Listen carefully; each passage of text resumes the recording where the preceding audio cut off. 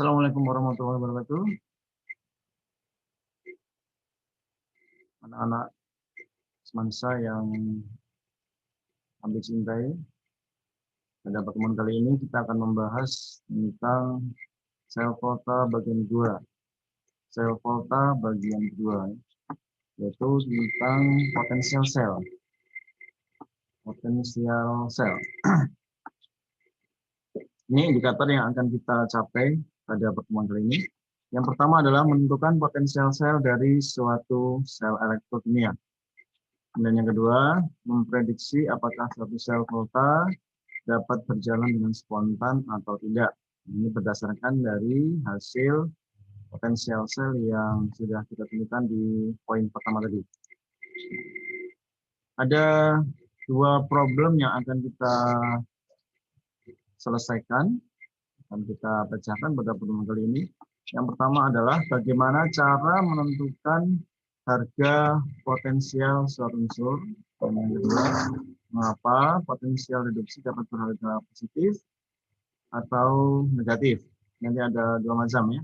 Potensial reduksi standar itu adalah potensial yang diukur dari reaksi reduksi ya. Jadi semuanya nanti harganya adalah itu harga dari potensial reaksi reduksi. Nanti harganya bisa positif, bisa negatif. Kita perhatikan dua contoh berikut. Yang pertama adalah pengukuran potensial standar dari Ag plus Ag. Ini harganya ternyata positif di sini, 0,80. Ya. Mengapa harganya positif? Kita lihat prosesnya, bagaimana apa yang terjadi di dalam pengukuran ini. Nah ini, ternyata misalnya ya, selnya terdiri dari perak yang di sebelah kiri, kemudian di sebelah kanan ini adalah platinum elektrodanya. Kemudian di sini ada tabung yang berisi gas hidrogen. Jadi yang bereaksi nanti bukan platinumnya, karena platinum itu adalah termasuk yang inert atau sukar bereaksi, tapi nanti adalah hidrogen yang bereaksi ya.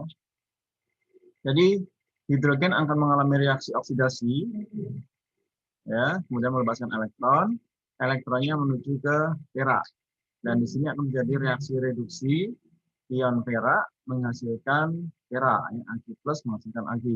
Jadi yang hidrogen mengalami oksidasi dan perak mengalami reduksi. Dengan demikian perak lebih mudah mengalami reduksi dibandingkan dengan hidrogen. Oleh karena itu harga potensialnya di sini ini positif. Ya. Karena apa? Logamnya lebih mudah mengalami reaksi reduksi dibandingkan hidrogen. Ya. Jadi sebagai pembandingnya itu adalah hidrogen. Kita lihat contoh yang kedua. Yang keduanya adalah besi. Pengukuran potensial standar dari besi. Ternyata harganya negatif. Susunannya masih sama dengan tadi, yang di sebelah kiri adalah logamnya yang mau diukur, yang di sebelah kanan adalah hidrogen, dan ada elektroda platina. Kita lihat dari mana elektronnya akan mengalir. Nah, ternyata elektronnya mengalir dari besi menuju ke platina di sini. Yang demikian terjadi reaksi yang di sebelah kiri, yaitu besi mengalami reaksi oksidasi, menghasilkan elektron, ya, kemudian elektronnya akan bergerak ke arah elektroda platina, dan hidrogen di sini akan mengalami reaksi reduksi. Dengan demikian, hidrogen lebih mudah mengalami reduksi dibandingkan besi. Ya, makanya harga potensial reduksi dari besi negatif. Ya, karena tadi hidrogen lebih mudah mengalami reduksi dibandingkan dengan besi. Jadi cara pengukurannya seperti itu. Jadi mengapa harganya bisa positif dan negatif? Dilihat perbandingannya dengan hidrogen ya. Kalau unsur itu lebih mudah mengalami reduksi dibandingkan hidrogen, maka harganya akan positif. Sebaliknya kalau hidrogen lebih mudah mengalami reduksi dibandingkan dengan unsur yang diukur, maka harganya akan negatif. Nah ini tidak perlu kita hafalkan, nanti ada tabelnya ya. Ini seperti berikut ini, ya, ini tabelnya. Ini hidrogen sebagai acuannya, harganya 0 ya.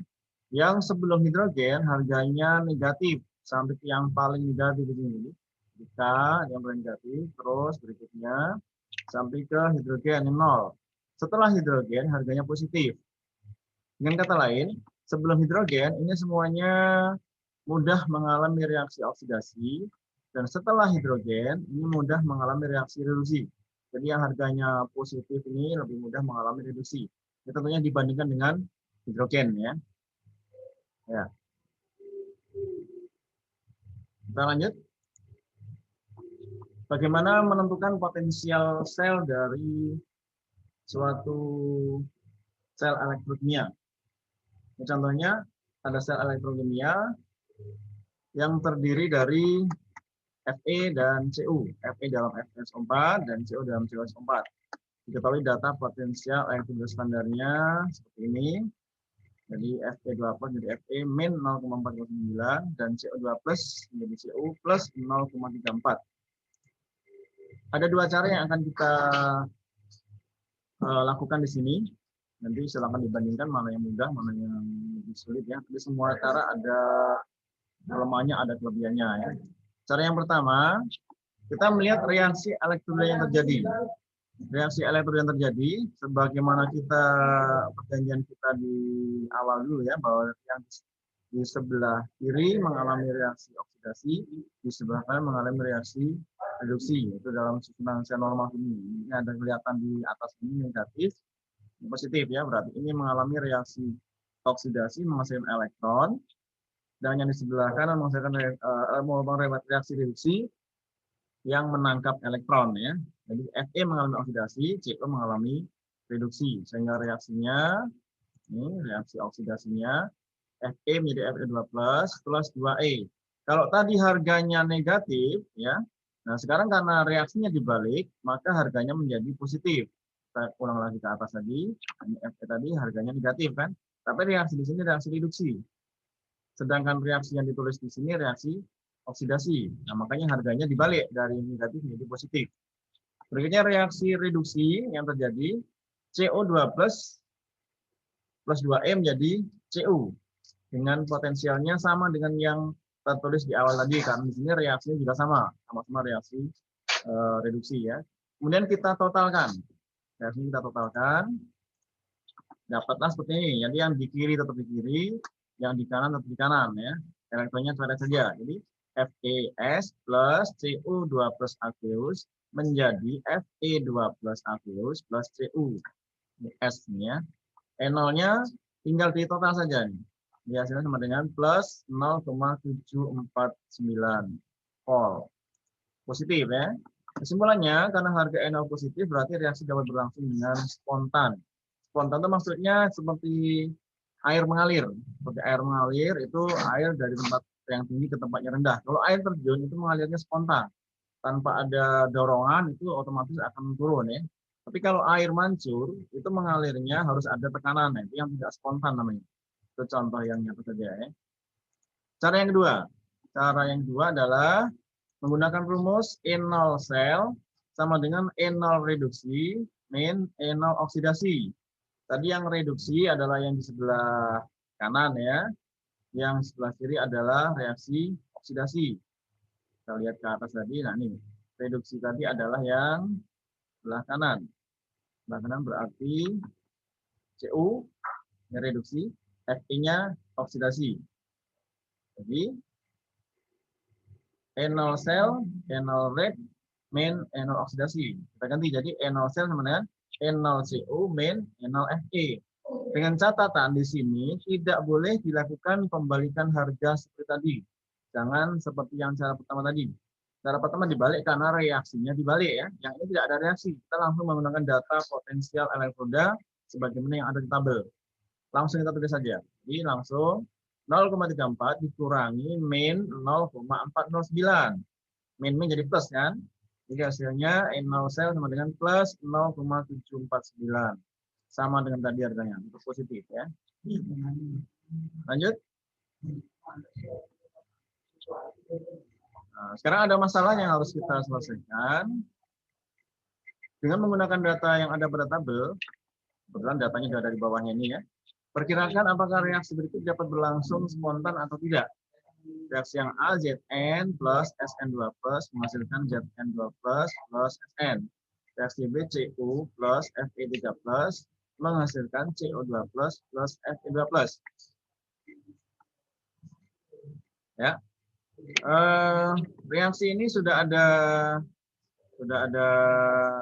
ketentuannya di reaksinya ya. Di sini EZN mengalami oksidasi, SN-nya mengalami reduksi. Jadi nanti tinggal kita sesuaikan di rumus kalau kita pakai rumus ya. Atau kita pakai reaksi dinamis juga bisa. Kalau mau pakai cara yang rumus, ini lebih cepat ya. Jadi di sini Zn, jadi Zn2+ oksidasi ya, Sn2+, Sn reduksi. Berarti nanti E non-cell sama dengan E rate min E ox, E Sn min E Zn ya. Oke, kita lihat yang A, ini reaksinya. Jadi E0-nya, E0 rate min E0 ox, E0 reduksi Sn dikurangi ox-nya Zn ya. Nah, Sn dikurangi Zn, tinggal masukkan data yang ada tadi berapa. Jadi sama dengan min 0,14 dikurangi min 0,76. Ini jadi plus kan. Jadi masih besar ya harganya. Sehingga hasilnya positif. Plus 0,62. Jadi reaksinya berlangsung dengan spontan ya yang A. Lanjut yang nomor B. Ini reaksinya. Jadi CO-nya oksidasi. Fe-nya dari 3+ jadi 2+ turun ya. Reduksi. Jadi E rate min E ox ini nanti adalah EFE dikurangi ECU. Nah, langsung kita masukkan datanya tadi. Ingat, jangan dilakukan pengubahan tanda di sini karena langsung masuk saja.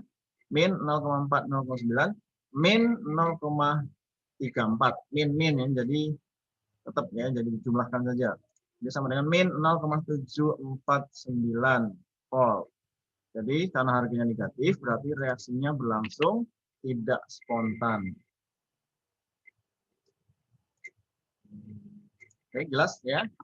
Ini bisa kita perkirakan berlangsungnya reaksi apakah spontan atau tidak dengan melihat urutan pada deret volta.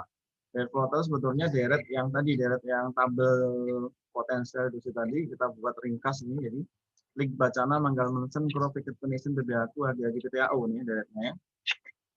Ini ketentuannya untuk X plus Y plus menghasilkan X plus Y ya. Syarat untuk bisa berlangsungnya reaksi itu logam X harus terletak sebelum ion Y. Ya, logam X harus terletak sebelum atau di sebelah kiri ion Y. Misalnya begini, K dengan Ca2+. Nah, itu bisa berlangsung spontan karena K terletak sebelah kiri dari ion Ca2+. Tapi kalau kita balik K plus dengan Ca, maka tidak bisa karena logam Ca-nya terletak setelah ion K plus. Itu untuk mudahnya memperkirakannya bisa kita melihat ke deret volta seperti ini. Jadi ingat tadi ya, logam harus terletak sebelum ion dari yang akan direaksikan tadi, ion logam ya. Jadi kalau misalkan Ca dengan Na plus itu akan berlangsung spontan. Tapi kalau Ca2 plus dengan Mg, logam Mg itu tidak akan berlangsung spontan karena logam Mg yang terletak setelah ion Ca2 plus. Demikian materi untuk pertemuan kali ini, semoga bermanfaat. Assalamualaikum warahmatullahi wabarakatuh.